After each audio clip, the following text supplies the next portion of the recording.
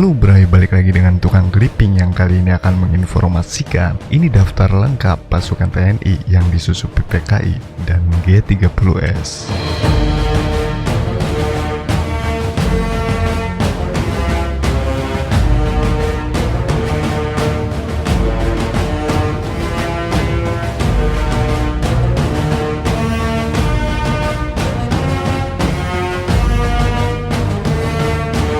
Orang-orang komunis menyebutnya para perwira berpikiran progresif revolusioner.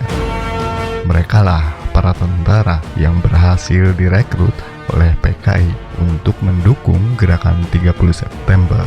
Sebelum dilanjutkan, jangan lupa tekan tombol subscribe di channel Tukang Clipping.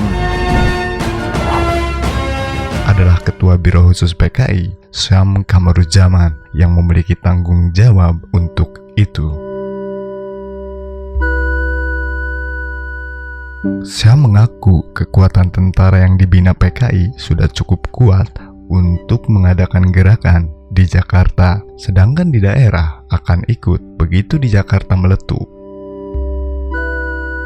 Saya kira kita harus bicara tentang 65 sekarang, padahal ini sudah lebih dari 50 tahun sesudah peristiwa itu, karena peristiwa itu memang luar biasa penting. Luar biasa penting untuk sejarah Indonesia, untuk masyarakat Indonesia. Dan juga banyak orang masih belum mengerti apa yang terjadi. Sehingga itu semacam kayak hantu untuk banyak orang. Itu peristiwa yang menghantui masyarakat Indonesia sampai sekarang. Karena kita belum bisa tahu persis apa yang terjadi. Dalam buku Dalih Pembunuhan Massal, sejarawan John Rosa menuliskan kekuatan para pembelot yang dipimpin Letkol Untung Samsuri tersebut. Saya kira harus ada semacam proses historical clarification dulu. Kita harus cari penjelasan tentang persisnya apa yang terjadi. Kita tahu bahwa banyak orang dibunuh waktu itu. Bagaimana? Di mana? Kapan? Apa yang terjadi kepada jasad mereka? Itu satu hal, ya. Itu peristiwa besar dan kita harus cari lebih banyak informasi tentang itu untuk mengerti apa yang terjadi. Soal kedua, saya tahu sebagai sejarawan bahwa apa yang terjadi itu kejahatan yang luar biasa.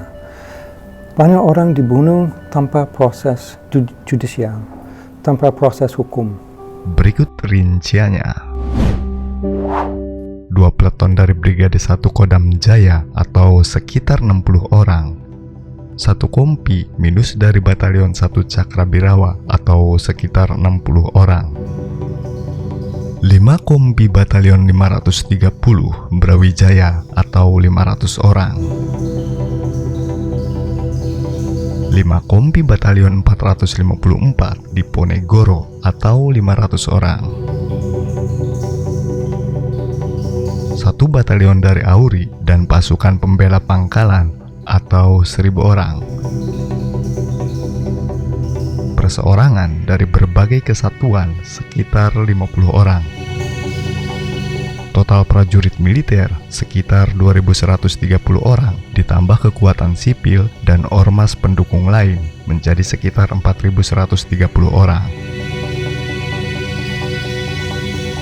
Untung membagi 3 pasukannya, pasukan Pasopati, Cakrabirawa dan Brigif, bertugas menculik para jenderal. Bima Sakti, Yon 454 dan Yon 530 bertugas mengawal kawasan Monas dan merebut RRI serta Telkom. Lalu pasukan Gatotkaca yang menjaga Lubang Buaya terdiri dari PPP dan sukarelawan.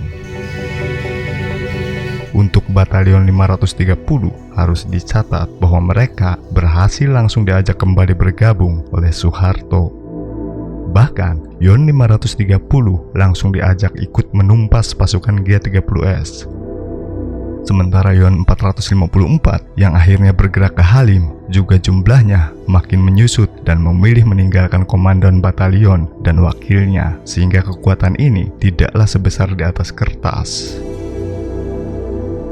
Jumlah pasukan yang ikut gerakan ini sangat kecil. Kodam Jaya punya 60.000 prajurit, 20 kali lebih banyak dari pasukan yang ikut G30S. Masih ditambah dengan pasukan RPKAD dan Kodam Siliwangi di Bandung yang hanya berjarak 7 jam berkendara dari Jakarta.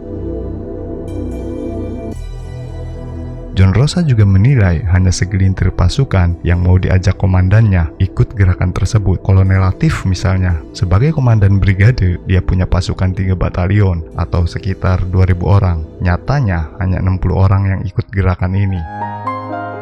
Begitu juga Letkol Untung, dari 500 anggota Yon 1 Cakrabirawa, hanya 60-70 orang yang ikut memberontak, kata sejarawan Patrick Matanasi kepada Merdeka.com.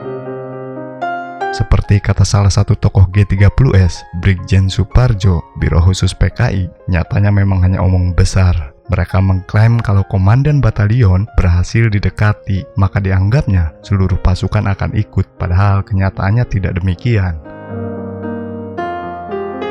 Selain para penculik, para tentara yang disiagakan di Monas juga bingung mau berbuat apa. Koordinasi tak berjalan dengan mulus. Gara-gara tak makan seharian, mudah saja mereka diajak Letjen Soeharto untuk bergabung dan balik memukul G30S. Maka gerakan ini nyaris tak berhasil menjalankan misinya selain menculik 7 jenderal. Dalam waktu 24 jam, seluruh komando bubar tak beraturan. Gerakan gagal ini memberi angin bagi kekuatan anti-komunis untuk terus bergerak. Komandan Resimen Para Komando Angkatan Darat, Kolonel Sarwo Edi Wibowo, mencatat sekitar 3 juta orang yang diduga terlibat komunis tewas dalam operasi militer.